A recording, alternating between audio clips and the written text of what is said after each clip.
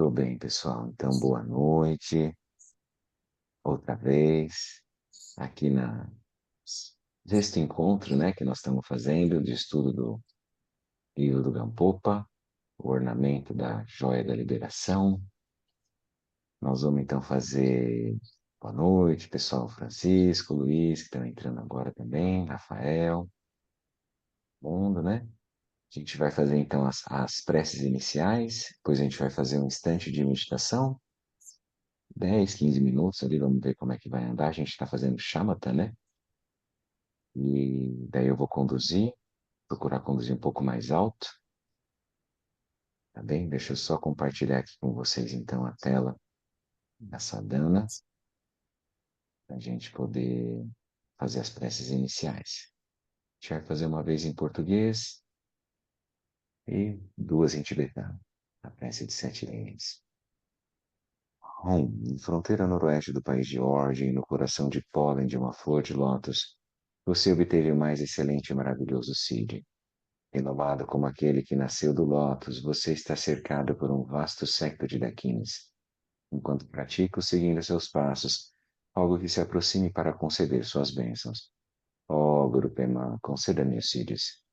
Pô, yen, yen, jansang, Pemai, Gesardum, Pola, Yanzen, Jigi, Nadrene, Pemai, Jene, Sudra, Burdu, Kandro, Mante, Kur, Jiji, Jesu, Dadruji, Jinji, Loji, Jesu, So, Guru, Pema, Zidi, Ho, Por Yin, Yin, Yin, Gyan, San, Pema, Gesardum, Pola, Yanzen, Jogi, Nadrene, Pemai, Jene, Jesudra, Gordu, Kandro, Mante, Kur, Jiji, Jesu, Dadru, Ki, Jinji, Rochi, Shiksu, Son, Guru, Pemai, Siddhi,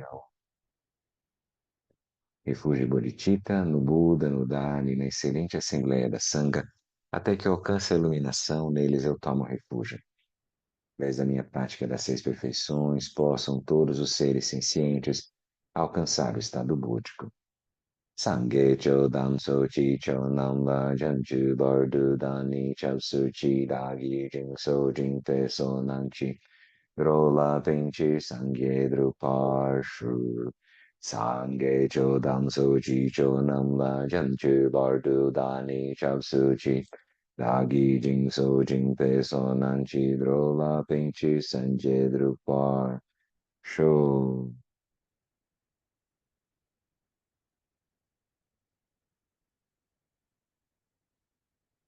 Muito bem, então vamos procurar encontrar uma posição confortável, seu corpo e para sua mente. Vou conduzir a meditação silenciosa de Shamatha, permanência serena.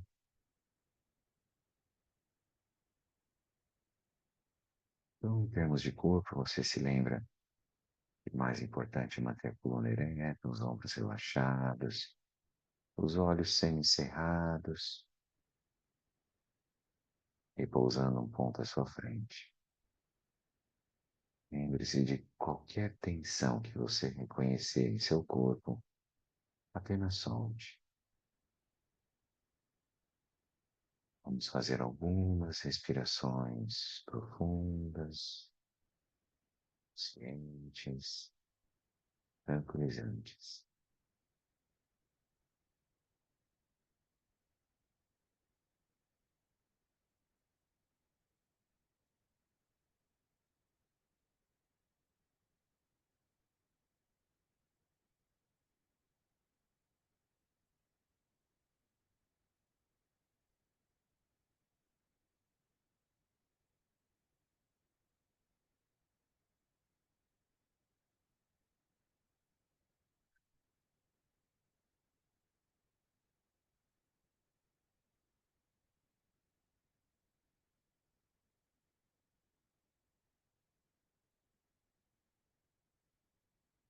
Vamos trazer a mente de volta para casa, observando o fluxo natural da respiração.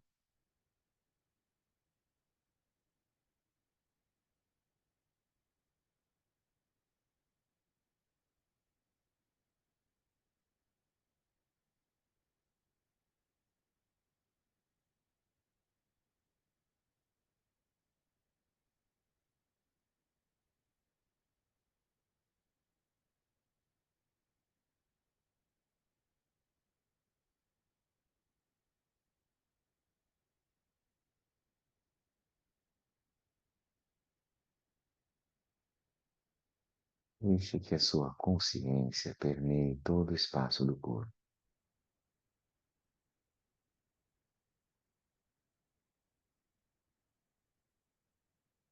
Você vai observar o que quer que surja em termos de mundo externo, sons, imagens, sensação tátil, odores, sabores, apenas como uma testemunha.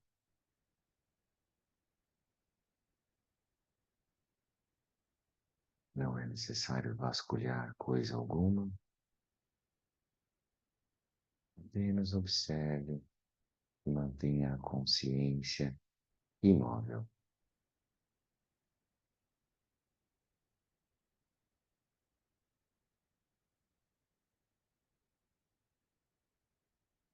Mesmo para o mundo visto como interno, a tela mental, imagens, pensamentos, emoções, lembranças, planos, quaisquer manifestações que povoem a mente, você apenas observe, sem rejeitar ou se fixar.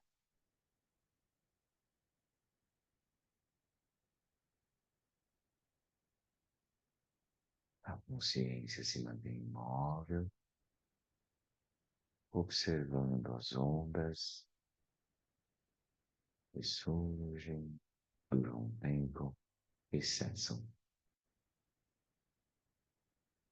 Vamos praticar o exercício da liberdade de não precisar responder a um fluxo.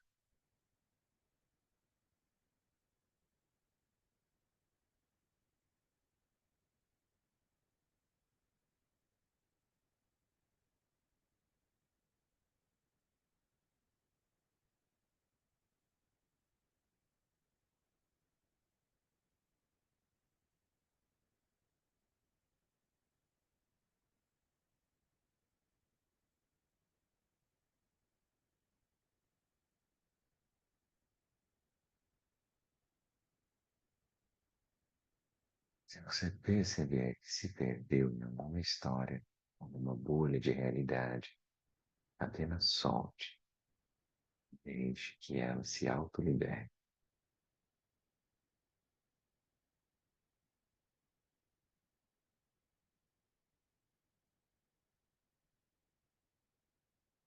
Nós vamos seguir em silêncio, permanência serena, chamata, aberta a todos os impulsos e estímulos, e ainda assim a consciência imóvel, sem se apegar e nem rejeitar.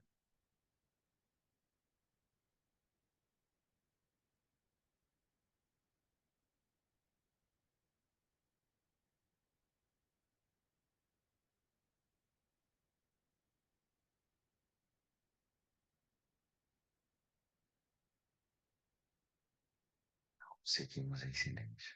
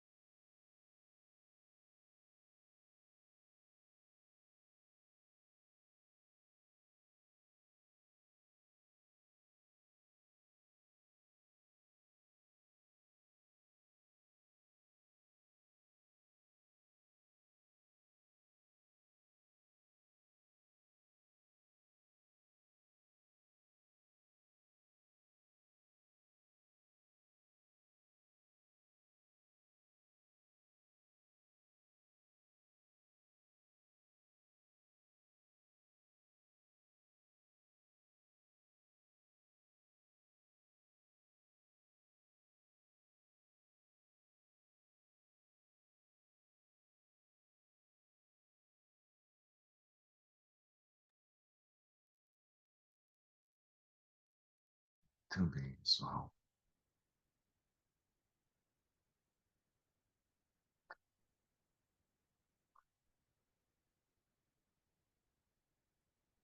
Então a gente tem praticado o shamatha, né?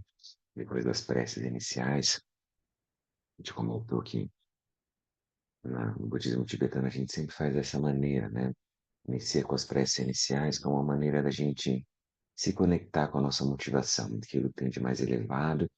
A gente não está rezando para seres externos, fora de nós, né? Aquilo são sabedorias que já estão disponíveis para a gente acessar. Então, a gente tenta se manter mais receptiva. E na hora que a gente vai sentar para meditar, a gente tem feito shamatha, que é a permanência serena. A meditação, a semana passada a gente focou ela, então foi mais shamatha unifocada ou shamatha impura, que ela é mais restrita, né? Então a gente estava focando na respiração e deixando as outras manifestações de lado, vamos dizer assim. É uma forma também da gente tentar trazer a mente mais como uma âncora, né? Como um poste, alguma coisa que eu tenha que me escorar. E aí eu posso usar a respiração. A gente comentou, pode ser a respiração narina, a respiração no abdômen. Depois formas mais sutis também, a própria energia, né? O prana, né? O lung a gente pode observar. E hoje a gente então trouxe uma outra modalidade de shamatha, permanência serena, mas aí mais aberta, multifocal. Então você não se restringe a um tipo de foco apenas, né? Mas simplesmente se abre a todos os fenômenos que vão surgir. Não é que a gente vai ficar procurando o que está acontecendo em volta, no entorno, né? A mente não precisa se tornar assim investigativa, né, de avaliar o que está acontecendo, não. É como uma testemunha que está observando sem apego, sem aversão. Então é importante trazer essa clareza, assim, né? Então a mente vai propor imagens, vai propor pensamentos. Vocês já perceberam que a mente propõe pensamentos 24 horas por dia, praticamente, né? E a mente está sempre prolífera, profícua, produzindo ideias. O maior ponto é a gente não embarcar na ideia, porque senão é como se eu estivesse sendo cooptado pelo referente do pensamento, entenderam? Então eu fico absorto naquilo. Eu esqueço que existe um corpo, eu esqueço o que está acontecendo no entorno e eu entro naquela história. Pode falar, Leozão. Então, Gabriel, legal essa questão, né, que você está trazendo da gente não entrar na história e aí também nisso, né, quando você está numa conversa, assim, né, aquela pessoa também está propondo uma história, né, um conteúdo da mente dela, né, mas isso, muitas vezes, eu até já comentei, que isso às vezes de não entrar na história é meio que tipo gerar uma aversão assim à história, ao conteúdo, né? Mas também eu vejo que os mestres falam que também toda manifestação, não importa qual, seja de mente, seja de fala, tudo é sabedoria primordial, tudo é manifestação da natural perfeição, né? Então, nesse ponto, eu penso assim, então eu não vou rejeitar nem as histórias, nem os fenômenos, mas eu vou entrar naquilo e viver aquilo, porque aquilo também é a natural perfeição, né? Aquele conteúdo, ele é vazio, luminoso, ele não vai macular a perfeição que já vê aquilo, que já vai reconhecer a artificialidade daquilo. Mas eu vejo que daí eu não, meio que eu embarco na história, porque daí eu me envolvo com o conteúdo da pessoa, eu me envolvo com a história, eu me interesso pelo que ela está trazendo, eu me interesso pelo que está acontecendo na mente, porque daí, senão, parece que aí é que nem você sempre fala, né? Vá de retro pensamento, não sei o quê, né? É como se fosse, tipo, ter assim, não vou, não posso ter pensamento, não posso entrar na história, mas Mas realmente, assim, porque daí isso é uma manifestação luminosa da mente, né? Uma manifestação que não, não tem, não tem uma forma dela macular aquilo que já é livre, né? Mas eu digo isso por uma questão simples de não, às vezes, gerar uma aversão aos conteúdos, sabe? Uhum. Que surgem na mente e a vida como um todo, assim, né? Não ter Sim.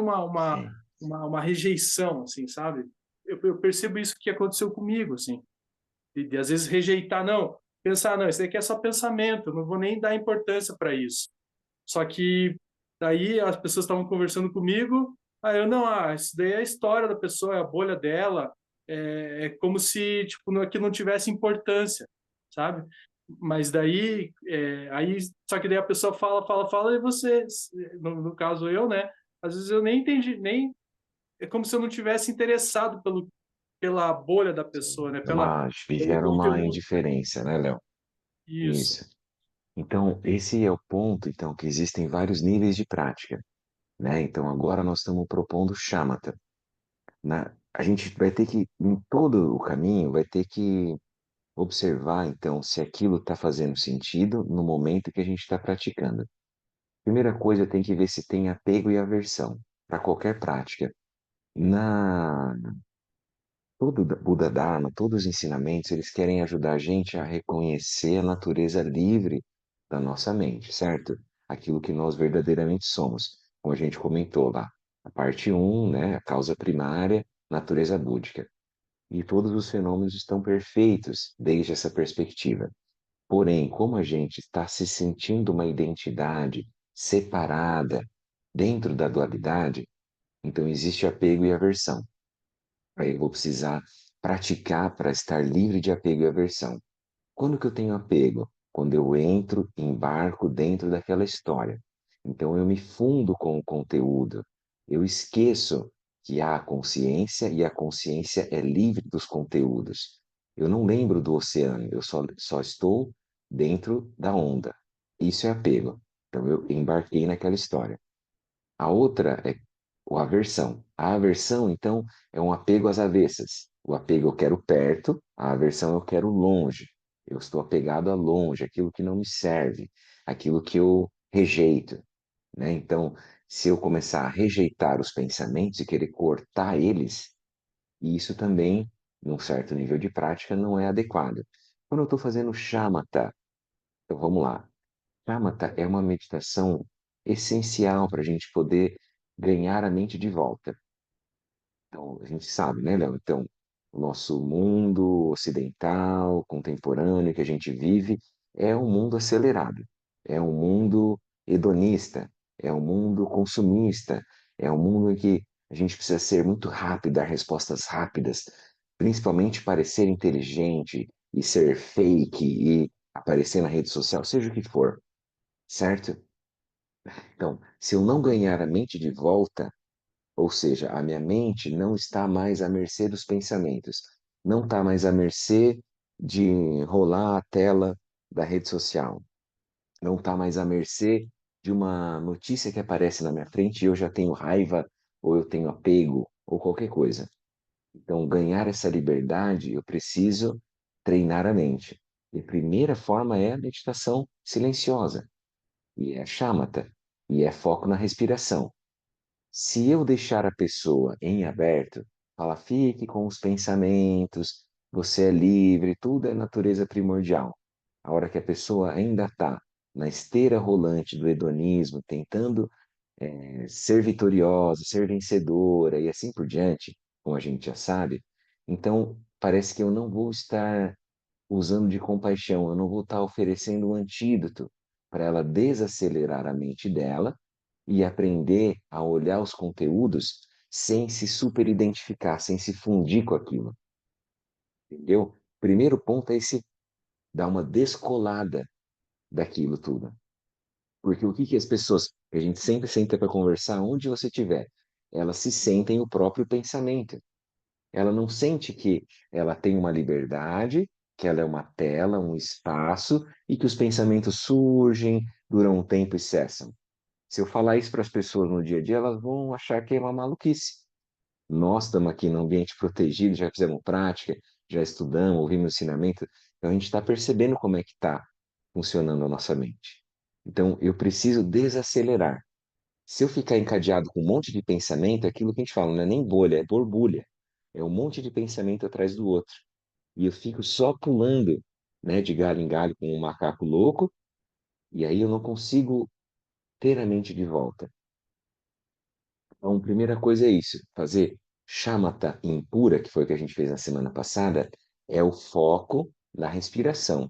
E eu vou abandonar todo o resto. A minha mente é muito vulnerável. Então, se eu percebo que a minha mente é vulnerável, que ela embarca nos conteúdos e que eu esqueço o que eu estou fazendo, então eu preciso de um foco. Às vezes eu posso usar uma imagem de um Buda, posso usar uma pedra, posso usar uma flor, qualquer coisa, mas eu posso usar a respiração que está sempre comigo enquanto eu estiver com esse corpo. Então eu vou focar nisso. Depois que eu treinei um pouco e a minha mente consegue ficar 5, 10, 15 minutos naquele momento, depois a gente vai ter que estender meia hora, uma hora. A pessoa consegue ficar naquilo sem ficar pulando de conteúdo em conteúdo, que é a originação dependente. Daí eu vou tentar então praticar shamatha pura, ou seja, eu vou abrir meu foco. Aí é assim, ó, todos os fenômenos que estão na minha frente. Vocês estão sentados na frente da tela do computador, olhem o campo visual de vocês. Aí vocês vão ver, é um escritório, é um sofá, o que que tem na minha frente?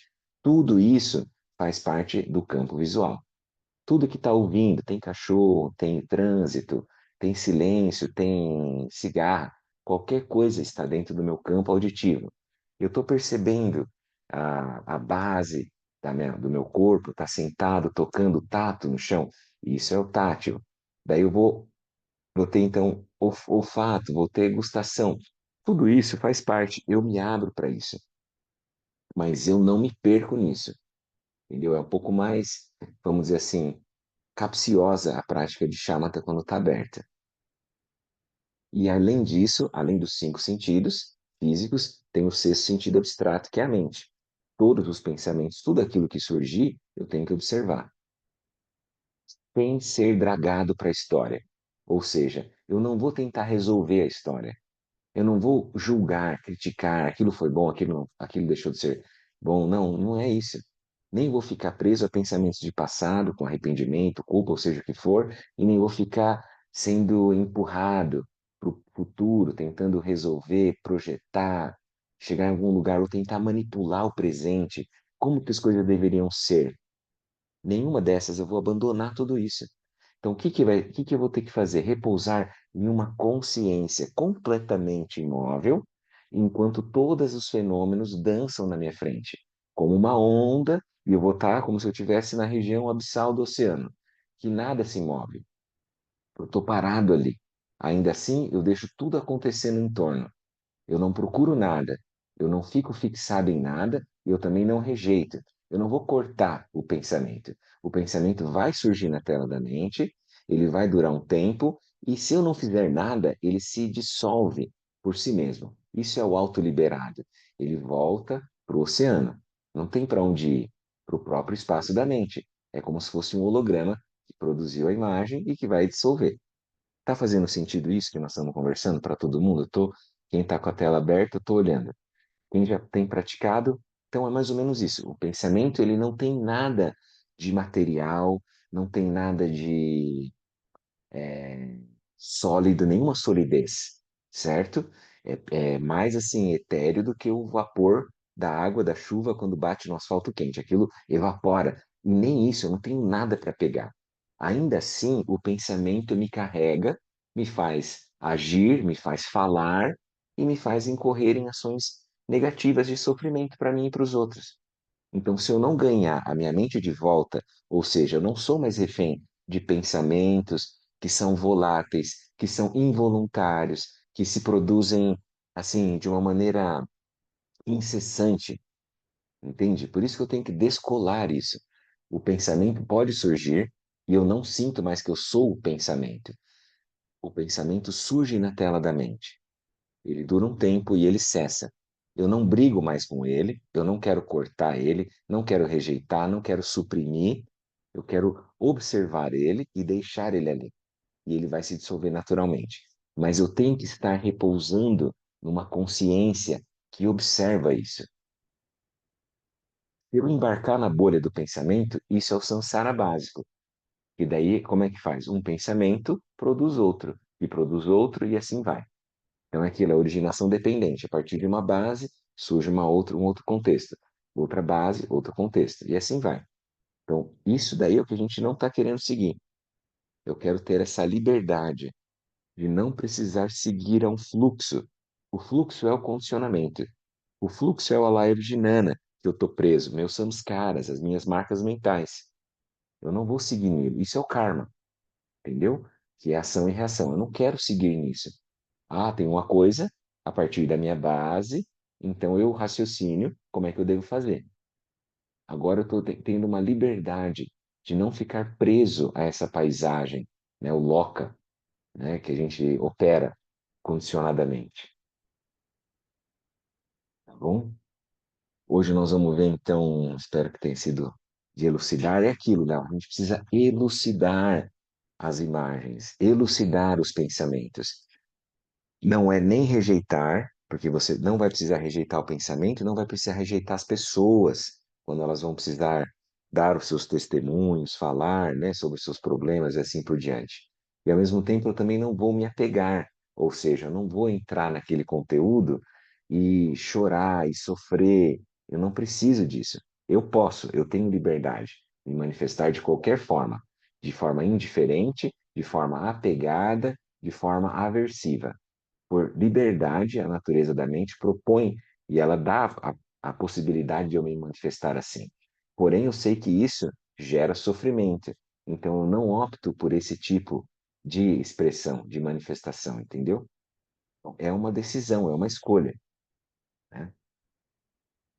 E aí nós vamos seguir aqui Mas nos então, capítulos e a gente pode falar, Léo. mas então assim, todos os fenômenos não são manifestação da natural perfeição, porque senão parece que daí realmente aí o pensamento é sempre bolha, é sempre e a fala também parece que daí é sempre não que seja a fala, né, necessariamente, mas parece que daí tudo que a pessoa traz de conteúdo, aquilo é só o samsara, assim, não é sabedoria, assim, sabe? Porque eu já vi vários textos mestres falando, a fala é também a manifestação da deidade, o pensamento também é a manifestação da deidade. Até eu acho que do Dudjom Rinpoche é um texto dele. E daí eu fiquei assim, bom, mas então se a fala e o pensamento também é manifestação da sabedoria primordial, então então, o que que é Sansara? Sansara se eu vejo como Sansara, né? Se eu estou preso a uma dualidade, eu me sinto separado, e se eu sinto, eu experiencio o sofrimento e eu causo sofrimento nos outros, então eu não sou a manifestação da sabedoria primordial pura como um Buda. Entendeu? É aquilo que a gente falou lá do início. Se a gente chegar num ponto em que a gente não se sente separado, a gente é não dual, livre de avidya, que não gera sofrimento, não gera kleshas, emoções perturbadoras, então isso é uma outra percepção. Só que se a gente ainda tem a sensação de que somos alguém separados, duais, eu sou uma identidade permanente que existe aqui, que está falando que é independente dos fenômenos, eu nem suponho a coemergência, né? Tudo está fora, externo, cristalizado, o mundo já existia quando minha mãe me pariu e assim por diante. Então eu não estou vendo a dualidade. Então eu estou gerando sofrimento, eu estou reificando a bolha. Então, eu preciso do treinamento gradual, que é o que o Gampopa está oferecendo aqui. A gente vai paulatinamente, gradativamente, refinando a nossa percepção da mente, entende? E também purificando as emoções perturbadoras. Aí sim, aquilo passa a fazer mais sentido, mas é um nível de prática, né, Leozão?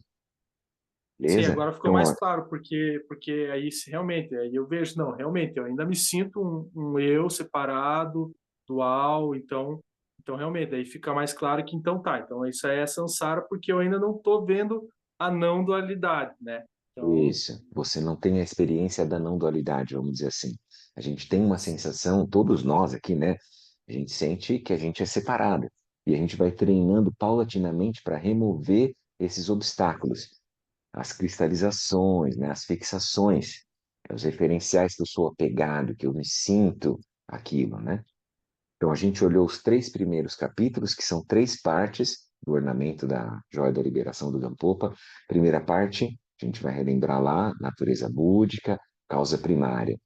Depois, a segunda parte é a base de trabalho, que é a vida humana preciosa, que também é o primeiro dos quatro pensamentos que transformam a mente. Aí então a gente olhou a causa contribuinte, que é essencial, foi a semana passada, que é um mestre espiritual. Então, ainda que eu tenha natureza búdica, ainda que eu tenha uma vida humana, ela se torna preciosa quando eu torno ela significativa, quando eu entro no caminho espiritual, que é para revelar aquilo que eu verdadeiramente sou. Eu estou tentando observar todos os fenômenos e a minha própria mente, qual é a verdadeira natureza disso tudo? O que está por trás? Uma coisa é aquilo que aparenta para mim e outra coisa é como as coisas são. O maior engano, a maior delusão nossa é a gente achar que aquilo que eu vejo é a realidade. Aquilo que eu vejo são as aparências. Entende? Então eu vou tentar remover os obstáculos que faz eu construir as experiências a partir de referenciais arraigados e condicionados de uma identidade separativa. Daí eu preciso das instruções do mestre. Como a gente falou, é muito importante ter essa conexão, sentir assim de coração que eu vou embarcar nessa jornada e eu preciso de um guia. É melhor que um barqueiro me ajude a atravessar um rio caudaloso, é melhor que eu tenha um guia para subir uma montanha e assim por diante. Ele vai dando vários exemplos lá, né? Agora a gente vai entrar no método propriamente dito, que são as instruções do mestre espiritual. A gente comentou lá, acho que era a página 56, né, do PDF. Aqui no livro a gente está na página 115, Léo. Introdução à parte 4. Muito bem, então o que que acontece? Ele vai falar assim, ó. Uma vez que possuímos a causa primária, a natureza búdica, estamos seguindo em um fluxo contínuo no samsara sem princípio. Em algum momento devemos ter conquistado uma vida humana preciosa e encontrado um mestre espiritual. Assim, quais foram as falhas que nos impediram de alcançar o estado búdico no passado? Então, alguma coisa deu errado. É, tipo, fomos dominados por quatro obstáculos. Aí ele vai dizer: quais são esses quatro obstáculos à realização do estado búdico? Então, não adianta, não é só o estado búdico latente, né, que a gente tem, inerente, mas é a realização, o autorreconhecimento do estado búdico, né? Então, primeiro, estar apegado às atividades dessa vida, aqui ninguém tá tranquilo, né? Estar apegado aos prazeres do samsara, menos ainda, a gente está bem de boa, né? Ninguém quer um cafezinho, um chocolatinho. Aí depois, estar apegado à paz. E no final, não compreender o método de prática que leva à iluminação. Como esses obstáculos podem ser dissipados? Eles serão dissipados pelas instruções do mestre espiritual. Então vamos lá, ó. Quantas são as instruções do mestre espiritual? Ele vai resumir, né? O sumário. Meditação sobre a impermanência, que aí é o antídoto ao estar apegado às atividades dessa vida. Eu vou ver que as coisas são impermanentes. Depois, meditação sobre as falhas do samsara, sobre a causa e resultado, que é o karma. Então, aí é um antídoto para estar apegado aos prazeres do samsara. Depois, meditação sobre a bondade amorosa, Maitri, e a compaixão, Karuna.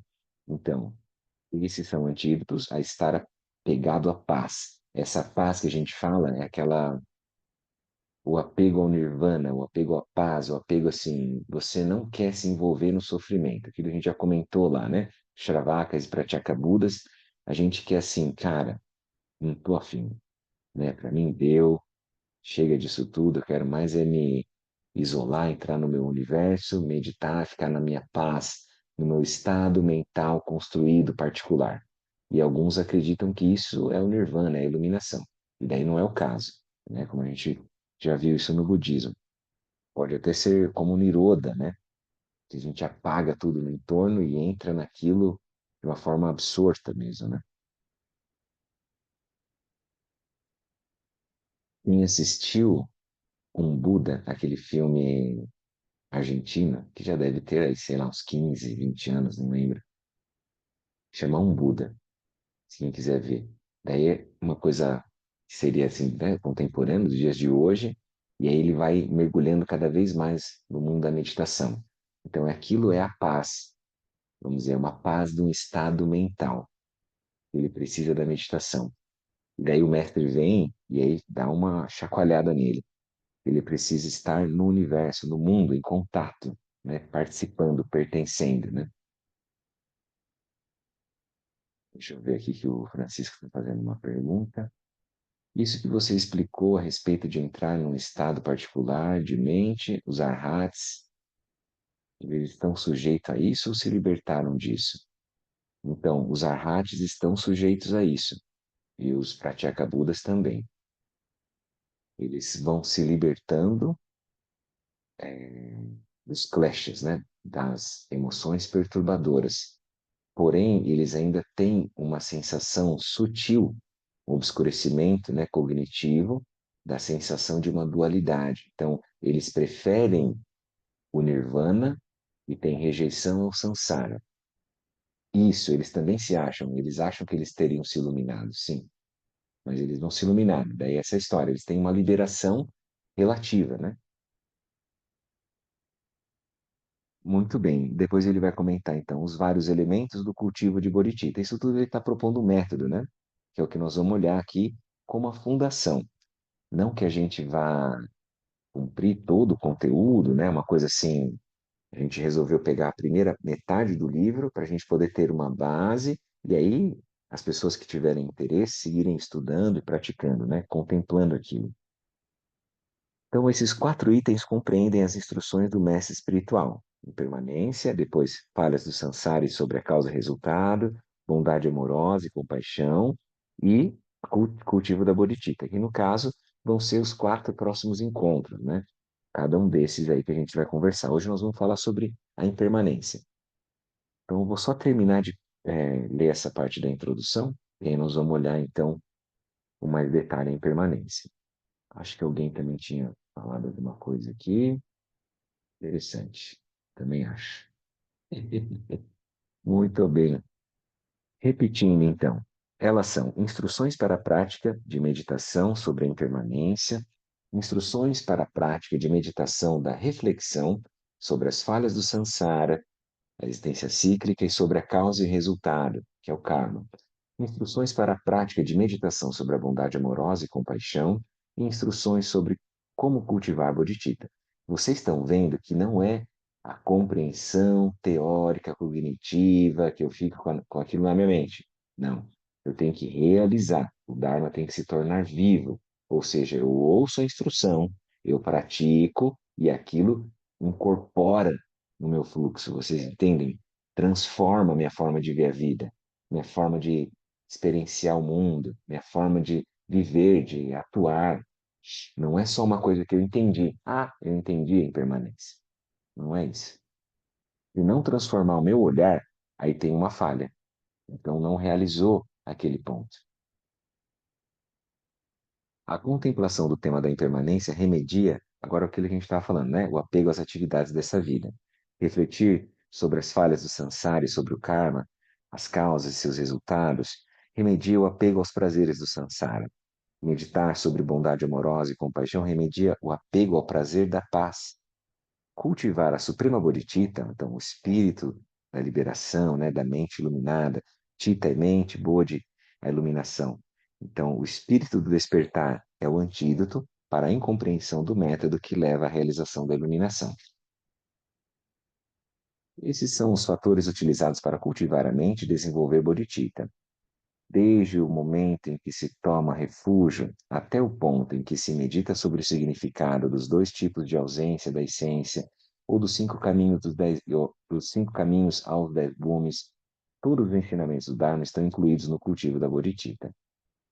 Algumas práticas formam a fundação para cultivar a mente iluminada. Algumas são objeto do cultivo da mente. Algumas são métodos para cultivar a mente, algumas são treinamentos no cultivo da mente, algumas são efeitos benéficos do cultivo da mente e algumas são resultados do cultivo da mente.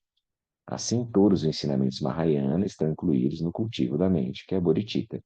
Portanto, todas essas instruções devem ser transmitidas pelo mestre espiritual. Confie no mestre espiritual. O Sutra Plantando o Nobre Caule afirma: o mestre espiritual é a fonte de todos os ensinamentos virtuosos. O alcance da onisciência depende das instruções do mestre espiritual. Então, todo mundo, né, que tiver a oportunidade de ver pessoalmente os mestres, receber os ensinamentos, né, de forma presencial, dá muita diferença pela questão da energia, né? Então, você estar naquele campo da pessoa, da mente, aquilo purifica, faz você ver, faz você ter insights, né? Não é uma coisa da minha própria experiência e de muitos outros amigos que estão há 15, 20 anos praticando. Todo mundo que tiver a oportunidade de presencialmente, né, estar, né, na presença de um lama, de um mestre, né, independente da linhagem, né, muito importante. Tá bem? Alguém tem alguma pergunta, alguma colocação? Daí nós vamos entrar então.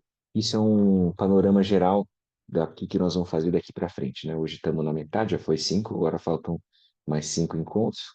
Com o de hoje é mais 4, né?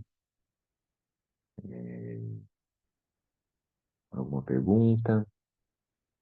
Tudo bem? Todos bem. Muito bem.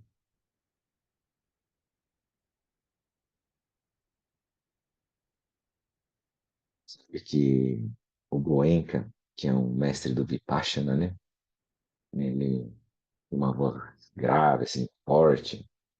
E aí quem fez aqueles 10 dias lá que tem no mundo todo, ele fazia assim, quando a pessoa depois que meditou 1 hora, aparecia, ele falava assim, Onichan, que é impermanência. Chegava com tudo assim para assustar a pessoa, para dar uma acordada, né? Tem uma música alta lá assim, muito engraçado. Então, o que que nós vamos olhar para a impermanência? A primeira coisa, quando eu falo impermanência, o que que surge na mente de vocês? Às vezes vem um certo desconforto, né? É uma coisa muito palatável, vamos dizer assim. A gente gostaria que as coisas fossem permanentes, não é isso? Ou não. Ou a gente já está acostumado com a transitoriedade da vida.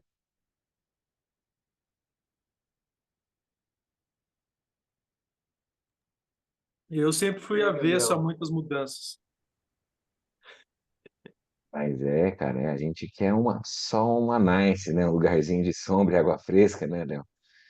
E Ficar aí também, né, bem. que nem ali você vê esse ensinamento que ele fala, né, do não apego à paz, né?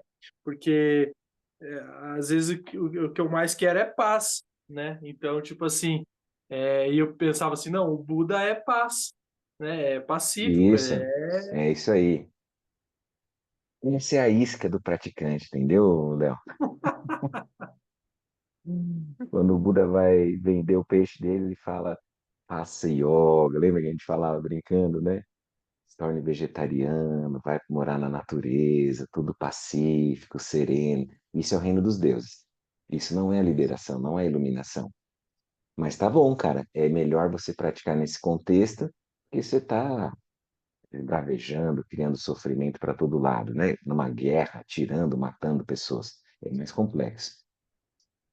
Por isso, por exemplo, que o Buda, agora a gente vai comemorar aí dia 22, que é sexta-feira, é o Shotru Duchen, né? Que é um dia muito especial no budismo, né? No mundo todo, porque multiplica os méritos, quem quiser fazer ações positivas, ler algum texto, que é quando o Buda desceu do céu de Tavantícia, né? Que ele teve 3 meses lá dando ensinamentos como uma forma de gratidão à mãe dele, a Mayadevi, né?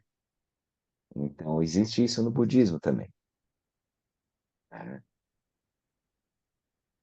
aí, agora, depois desse ensinamento, parece assim que o sofrimento ele não é ruim, que daí o sofrimento ele é algo positivo, assim, porque tipo, sabe, vai tirar a pessoa ali vai gerar um Isso vai, desconforto. quem pegar o texto e ler ele inteiro vai ver que tem isso lá. No Bodhicharyavatara, do Shantideva, outro, outro, outros textos também clássicos, né, no Nagarjuna e assim por diante, mesmo do Maitreya, né, que o Asanga transmitiu. Nesse livro que o Gampopa compilou, ele vai estar escrito lá: o sofrimento ele serve para a pessoa se mover no caminho. Não é que eu estou fazendo uma apologia ao sofrimento, a gente não é sadomaso, não é isso. É que a gente sabe que a pessoa que está só em causas em condições confortáveis, favoráveis, é muito difícil ela parar e olhar para a própria mente, olhar com profundidade, ela se torna uma pessoa mais superficial, mais frívola, ela fica assim um happy deva, entendeu? Um ser que está tudo bem, está tudo fluindo, entendeu? Ele vai andando ali, né? Mas ele não vai querer pensar assim a natureza dos fenômenos, qual que é a natureza da mente, não vai querer olhar para a impermanência. A impermanência, ela é uma forma da gente chacoalhar a nossa atividade no cotidiano. Quem pegar esse texto, então, o capítulo 4, e ler, então a gente vai começar a fazer assim, né? Não vamos ler o capítulo inteiro, mas nós vamos conversando sobre o tema, e aí fica de tarefa. Quem conseguir ler antes, melhor. Quem não conseguir, aí lê depois.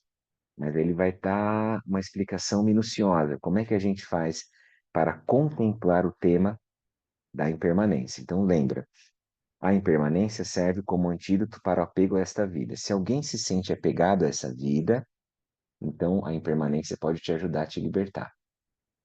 Se você quiser a liberdade também, né? Tem muita gente que não quer.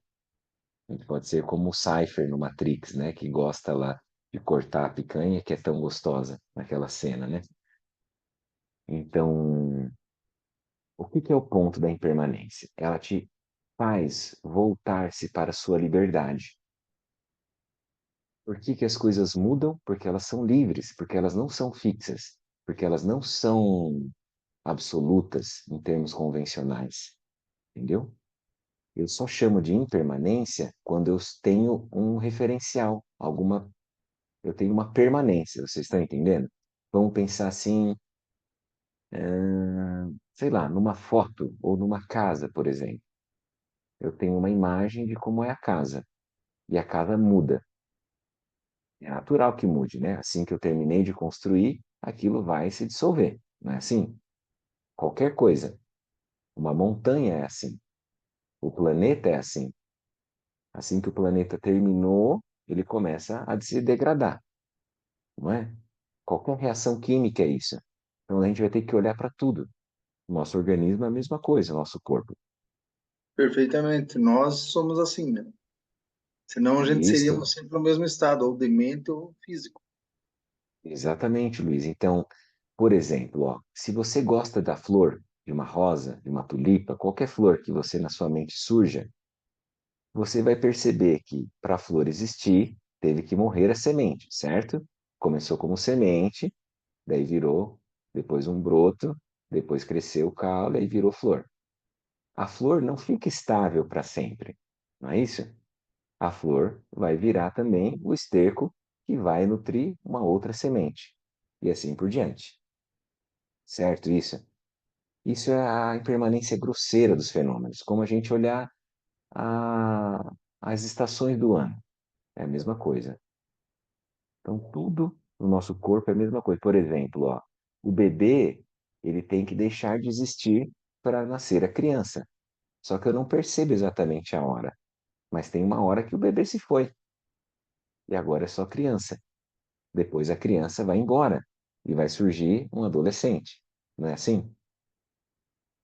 E depois é a gente vai mudando. Não é?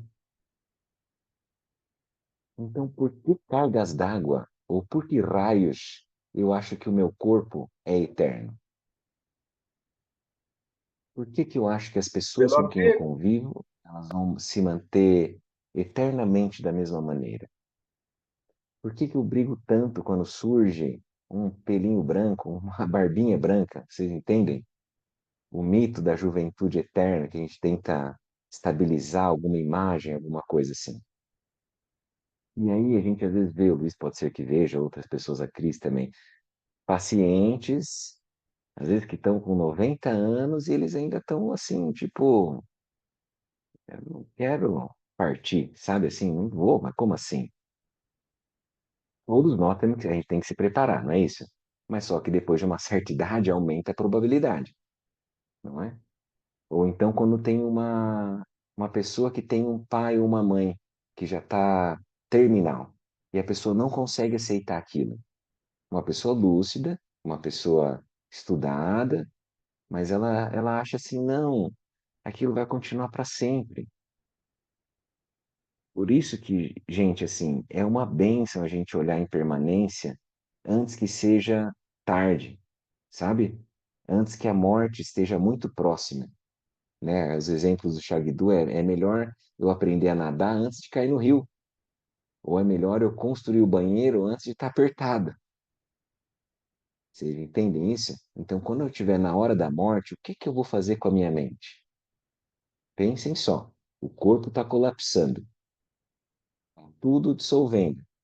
Eu não tenho mais mobilidade, o corpo vai ficando pesado, todos os elementos começam a se decompor. Até que chega uma hora que a minha respiração não está mais sob o meu controle, e o que que eu vou fazer nesse momento? O que que sobra para mim? Isso é o máximo da impermanência, certo? Porque a gente está super apegado ao nosso corpo.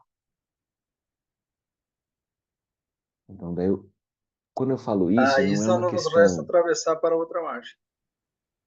Isso. E daí, então, faz um gate-gate, né, Luiz?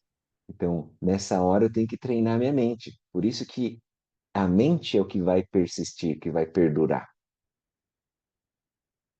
Então, eu preciso já treinar. Olhar para os fenômenos de uma maneira natural que as coisas vão mudando. Que o meu corpo é impossível que ele seja igual a quando eu tinha 18, 20 anos. E aí as pessoas que têm 40, 50, 60, elas tomam aquilo como referencial, como base. Não é isso? Olha o sofrimento. Então, como é que eu vou desarticular o sofrimento da pessoa? A pessoa pensa Isso assim, não, também vem o sofrimento. Pode falar, da Luiz. filosofia, não só da.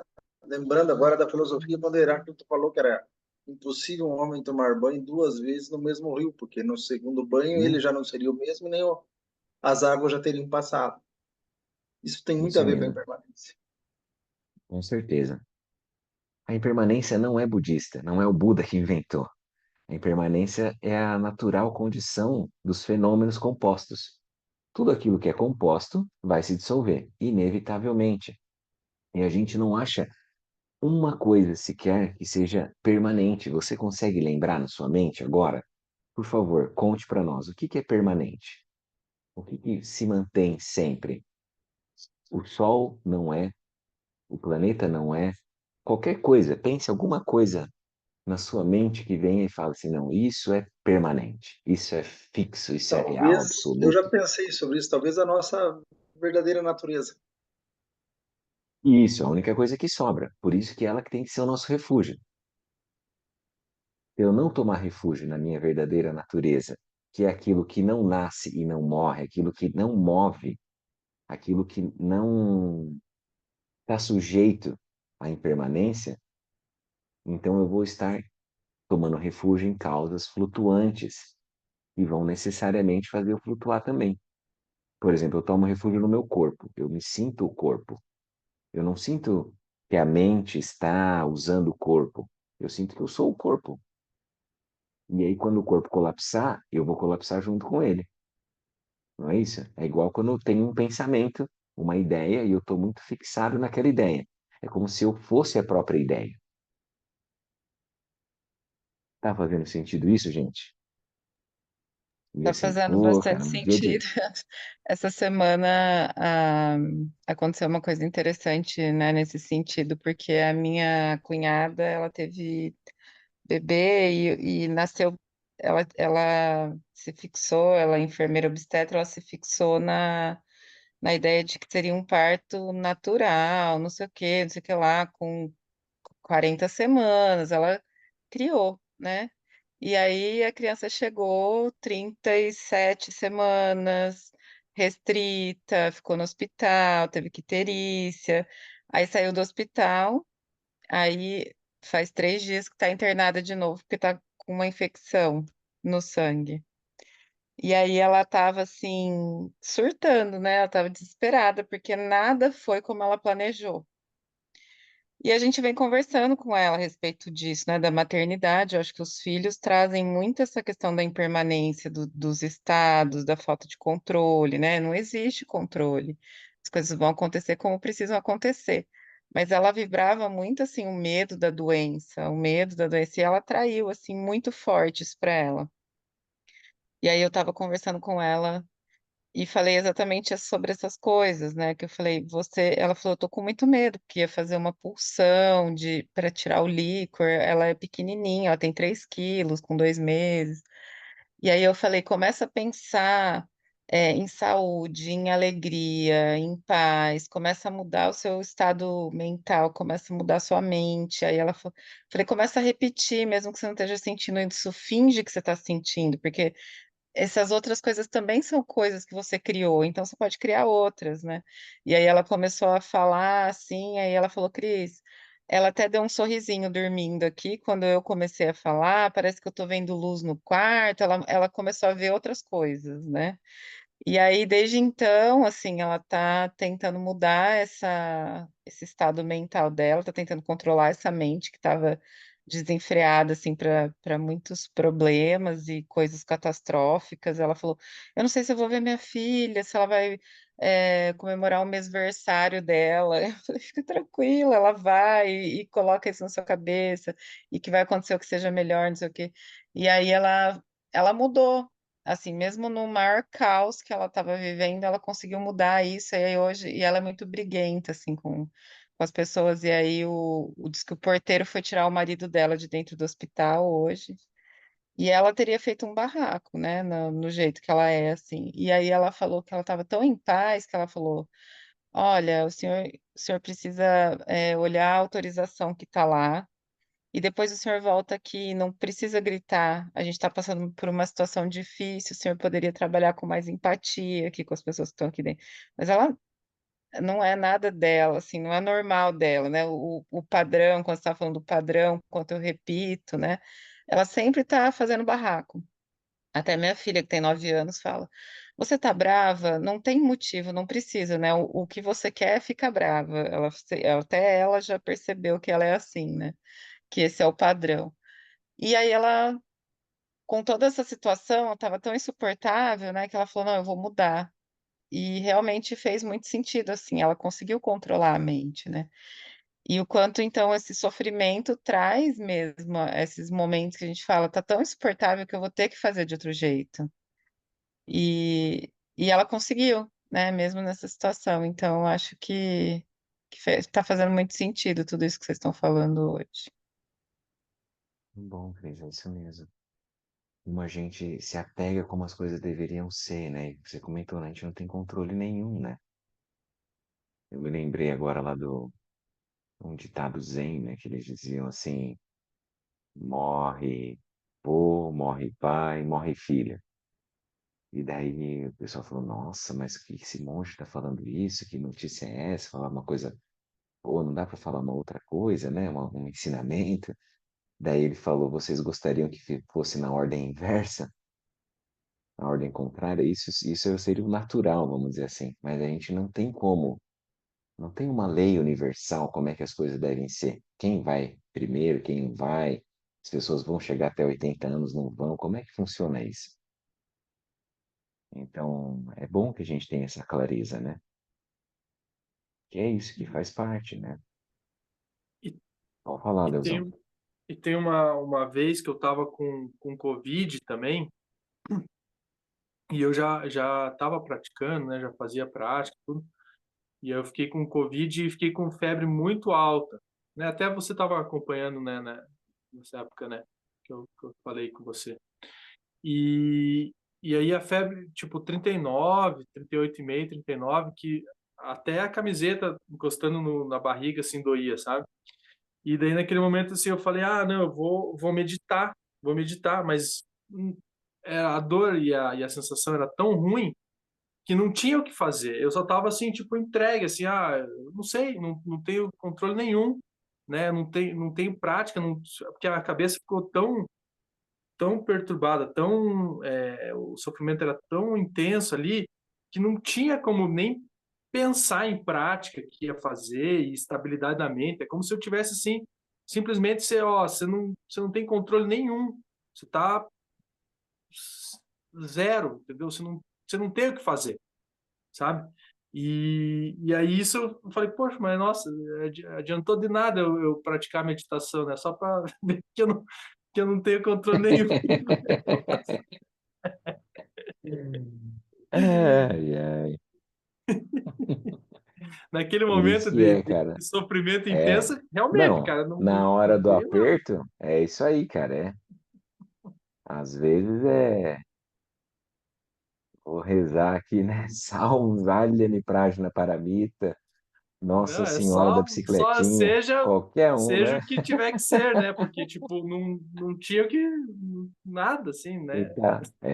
Mas é isso que é a questão também. A gente vai ter que abandonar o controle também. Por isso que a gente deve usar de uma forma sábia, né? A nossa vida enquanto a gente tem causa e condições. Um sofrimento muito excruciante é difícil que a mente consiga se colocar em algum lugar, né? Parar e olhar, né? É Né, nessa difícil. vez Às vezes é não. mais fácil fazer um guru yoga, fazer uma oração. Às vezes isso é mais útil, vamos dizer assim, né? A gente já viu relatos de tulcos, mestres, assim, que é muito difícil na hora do aperto de uma doença grave ou na hora da passagem de você ter uma estabilidade, assim. Muito bem. Então, lembrar então da impermanência, a gente está terminando aqui, né? Hoje, a impermanência eu devo olhar no meu dia a dia. Eu tenho que perceber as coisas são transitórias, as coisas não são fixas. E aí eu não vou sofrer tanto quando as coisas não forem do jeito que eu queria. Então é isso que a gente vai ter que ver. Porque se eu tiver na minha mente um ideal, um referencial, algo que eu aplico em todos os fenômenos, eu tento, tipo, esse sistema dá certo para tudo. Então, isso eu estou tentando tornar alguma coisa que é impermanente, permanente. E aí isso é fonte de sofrimento. Não é porque as coisas saem diferente do que eu queria que a gente sofre. A maior parte das vezes a gente sofre porque eu estou apegado.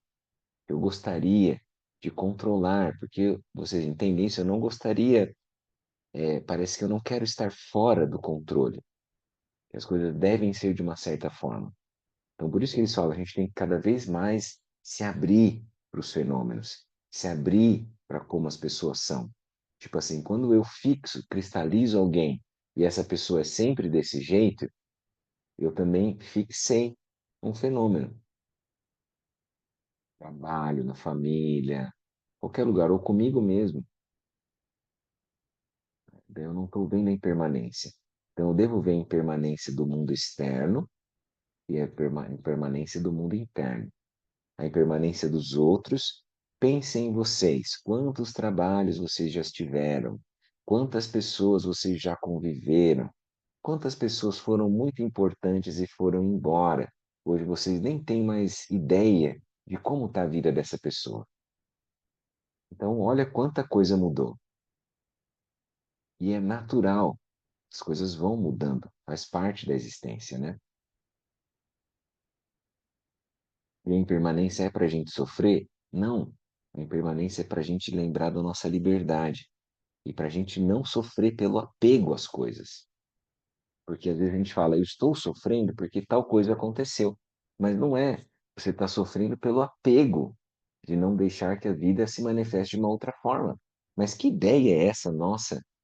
A gente desse tamanhinho, com a vida desse tamanhão, que vai controlar o resultado das ações e tudo, né? Eu me lembrei também agora da impermanência, ela também ajuda a tocar no ponto da vacuidade, que a gente vê que os fenômenos não existem em si e por si, mas eles existem de uma forma coemergente, de uma forma interdependente. Então, por exemplo, quando eu perceber a impermanência do planeta, eu posso perceber, então, o que que é Terra? Entendem? É uma experiência de planeta Terra. É uma foto, o que for um vídeo, eu vou chamar aquilo é uma experiência de, não é o fenômeno. Eu estou vendo uma experiência daquilo. A gente sempre se relaciona com experiências e não com o fato em si. E aí eu posso pensar, por exemplo, na vacuidade dos fenômenos, né? É, Pensem no universo. Isso é uma coisa importante também. O universo tem começo, tem meio e tem fim. Você consegue delimitar o universo? Ele tem um bordo, algo que circunscreve o universo? E o que está para fora daquilo? É um branco? É um preto? É um quê? Dá para entender isso? O planeta também vai se dissolver. Isso também é importante lembrar. Além, então, da impermanência e da vacuidade dos fenômenos físicos, vamos dizer assim, concretos, vocês também olhem para o tempo. Então, olha as duas coisas principais que balizam a nossa existência: o espaço e o tempo. Vejam se eles não são impermanentes e se eles não são vazios e luminosos. Aquilo não é uma vacuidade.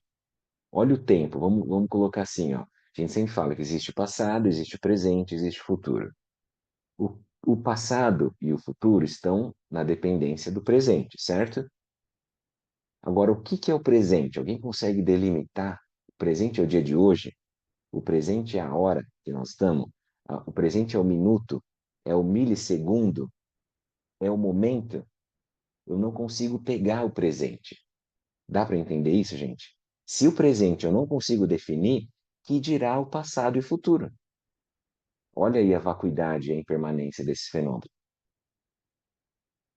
Dá para entender? Ou seja, tudo que a gente vai se relacionando são concepções arbitrárias que alguém delimitou. Eu coloco lá o valor de 24 horas é um dia, 60 minutos é uma hora, e assim vai. Isso tudo é concepção arbitrária. Um bando de velhinhos sentou em volta, em roda, e aí criou aquilo. Para tudo. Para todas as experiências. E aí a gente vai acreditando, a gente é, tipo, socialmente compartilhado. Fala, Ricardo. É, ali quando você estava falando, né, da impermanência, na questão da gente se acostumar com ela, entraria o fato de pensar que as coisas têm um motivo, que a gente pensar que tem um motivo, eu não sei se entraria nesse pensamento da impermanência, de porque é o que eu uso muito, né, para me acostumar com a impermanência, quando algo não acontece como eu imaginei, como na maioria das vezes Ah, acontece. entendi. É de Tá. só pensar, era para ser, teve algum motivo, não relacionado a mim, mas teve algum motivo que eu não sei, ou às vezes eu fiquei descobrindo depois, ou e daí aquilo me acalma muito, aquilo sempre me deixa bem tranquilo. Por pior que seja, eu fico pensando, tá, mas algum motivo teve, se era para ser, era para ser, e pronto. Mas eu não sei se isso entraria Nesse no ensinamento, né? estudo de permanência Ricardo, nesse isso momento. a gente vai olhar com mais detalhe nos próximos encontros, que vai ser quando a gente falar do karma, das causas e condições. Então, quando a gente fala de um motivo, é assim, ó, tudo que a gente vive na nossa vida são causas e condições, certo? Não tem nada que não seja. No budismo não tem nada por acaso, que aquilo surge sem uma causa. As coisas precisam ter causas e precisam ter condições. Se juntar as causas e as condições adequadas, apropriadas, aí se manifesta um resultado. Se eu tiver a semente, mas eu não tiver a terra, a semente não vai florescer, frutificar. E se eu tiver a terra, mas se eu não tiver sol, se eu não tiver chuva, se eu não tiver adubo, e assim por diante. Então, são muitas causas e condições para que a gente chegue num resultado. E é a mesma coisa para a nossa vida, para a nossa existência, para o nosso corpo estar vivo. Foram muitas causas e condições para a gente estar aqui agora. E para os nossos projetos, para alguma coisa surgir. Nisso também, Ricardo, vem uma confiança, sabe, do que você estava falando, né? Do motivo. Então, assim, quando você tem uma confiança na originação dependente, Pratita Samuppada, você sabe que as coisas surgem por causas e condições. Você começa a se dedicar para lançar as sementes adequadas, apropriadas, positivas, de bondade amorosa, de compaixão, de generosidade. E você sabe, eu vou começar a cultivar isso. E eu vou evitar outras coisas que são prejudiciais para mim e para os outros. E aí você passa a ter fé nesse sentido, né, de que realmente as coisas vão acontecer que devem acontecer. Não tem nada que não tem como alguma coisa acontecer que não tenha causas e condições, Uhum. entendeu? E vem é uma fé mesmo, é uma confiança, né?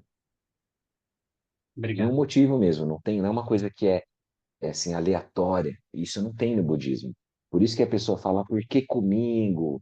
Acontece com os outros e comigo não. Então, quando a pessoa começa a praticar e os ensinamentos amadurecem no fluxo mental dela, isso para de surgir, porque ela tem uma aceitação plena e tudo que está acontecendo no entorno dela é exatamente a expressão da mente dela, de muitas vidas. Então, ela tem o material, a matéria-prima para seguir a partir dali. Não tem Uhum. uma rejeição daqueles fenômenos. É o contrário, eu vou fazer um bom uso dessa terra que me é dada, que é a minha energia, que é meu corpo, que são as minhas relações, que é onde eu estou transitando, me manifestando, né? Nesse sentido, isso aí, Ricardo?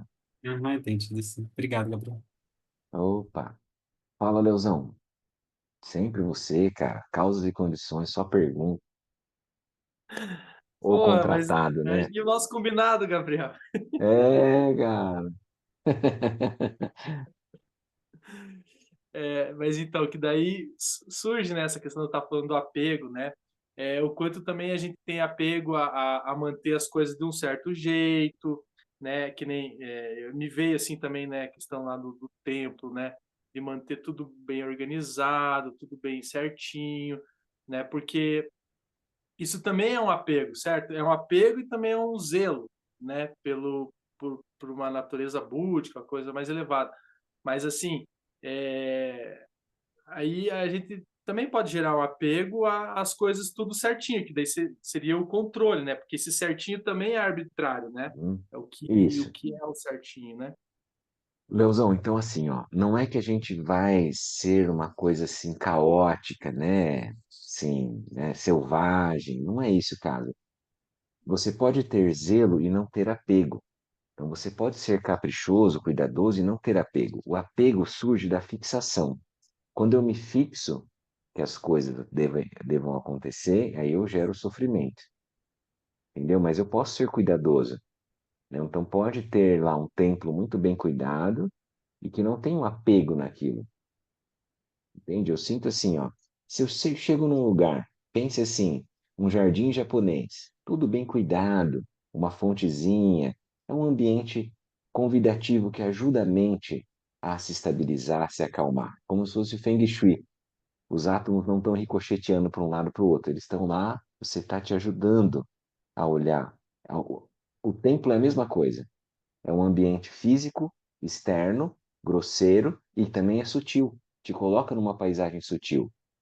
Então é melhor que ele esteja limpo, é melhor que seja organizado, é mais fácil. Mas se eu sofrer, tipo uma criança vai lá e derruba a água ou quebra a imagem do Dalai Lama lá no, entendeu? E aí eu sofrer com aquilo, isso é apego. Eu não preciso sofrer com aquilo. Isso, então o Francisco está falando, né, dos abores, né? Tem vários tipos de pessoas que são, vamos dizer assim, da contracultura, né, subversivos, e aquilo é anti-regra, vamos dizer assim, né? Então, existem inclusive os Mahasiddhas, né, na linhagem do budismo, o budismo tibetano, que são aqueles mestres que a gente já comentou, né? Que eles são livres e eles vão quebrar as fixações das pessoas, inclusive as fixações dentro de um dharma, dentro do ensinamento, vamos dizer assim, convencional, né? Porque os ensinamentos convencionais, eles também são provisórios. A natureza livre não precisa de templo, certo? Mas o templo é importante para a gente, enquanto não tem o reconhecimento da liberdade, a gente relembrar daquilo. Bem, pessoal. Então, quem quiser aproveitar, depois pegar para ler o capítulo, né, dar uma estudada e pega essa semana e vai tentando observar, ver exemplos na tua vida de impermanência. Aproveita a oportunidade, tente se lembrar quando alguém próximo faleceu. Isso também é importante. Aquele fenômeno você vai ver em outras pessoas e também vai ver em você mesmo. É uma prática importante também. Como eu lidei, como eu percebi, observei, especialmente quando a gente tem apego à pessoa, né?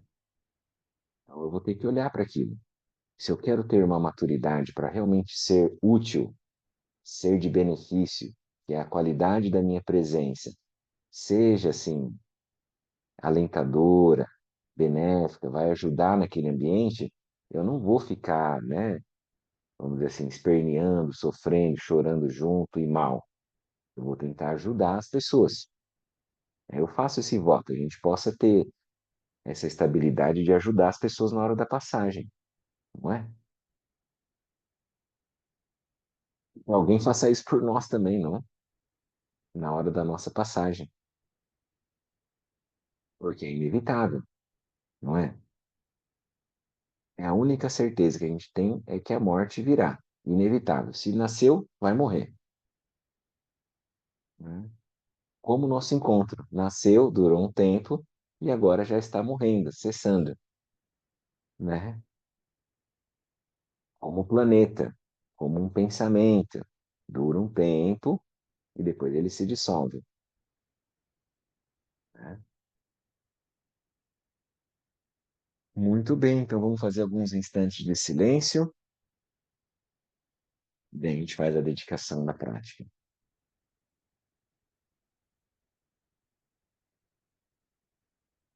Mais uma vez, encontre uma posição confortável para o seu corpo.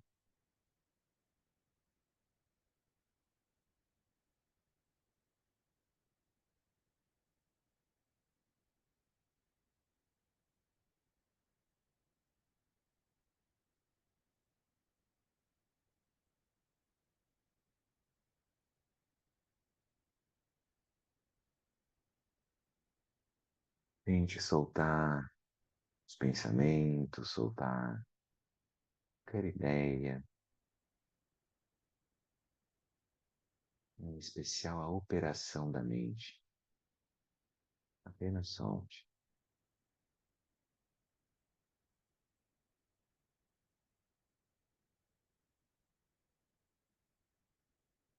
Retorne a este lugar de repouso.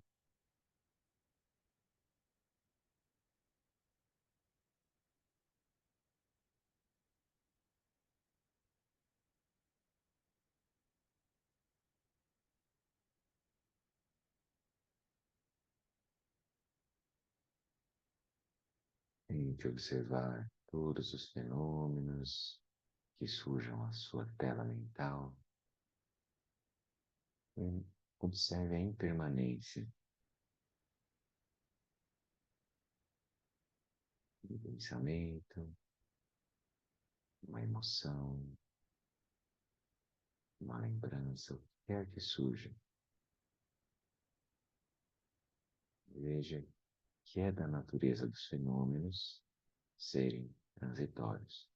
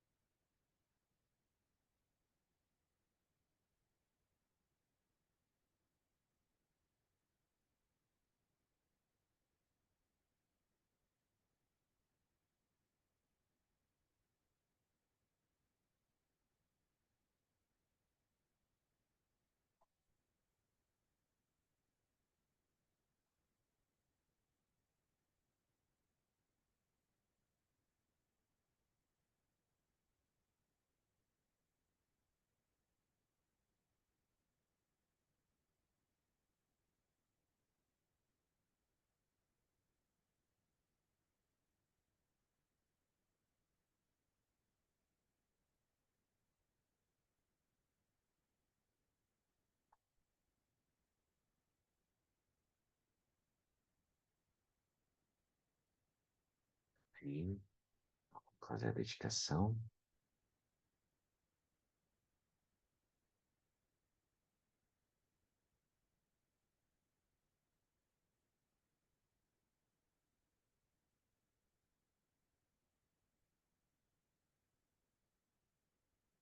Que os méritos desse encontro se expandam e toquem a todos, que o Mestre Universal da Paz e da Compaixão, Sua Santidade o Dalai Lama, juntamente com todos os mestres de todas as tradições que veiculam essa mensagem, tenham longa vida.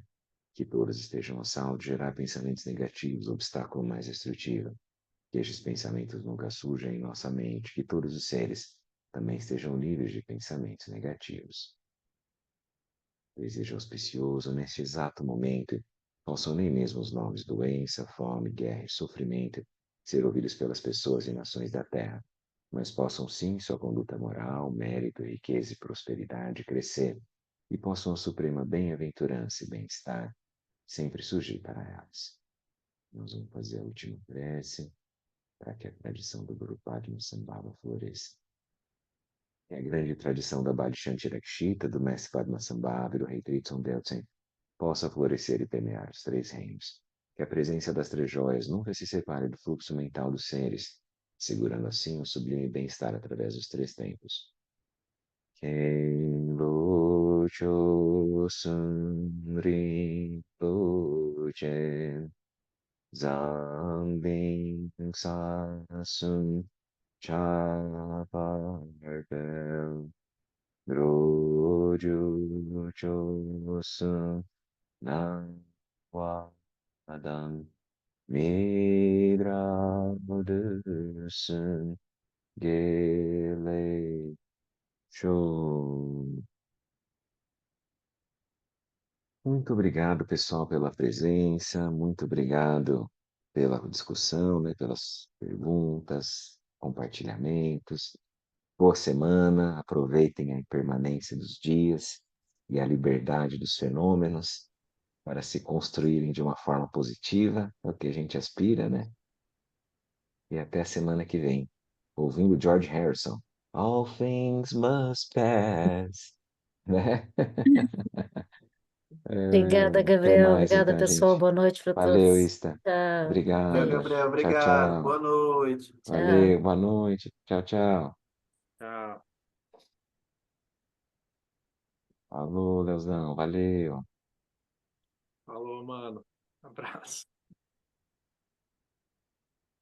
Tchau, tchau.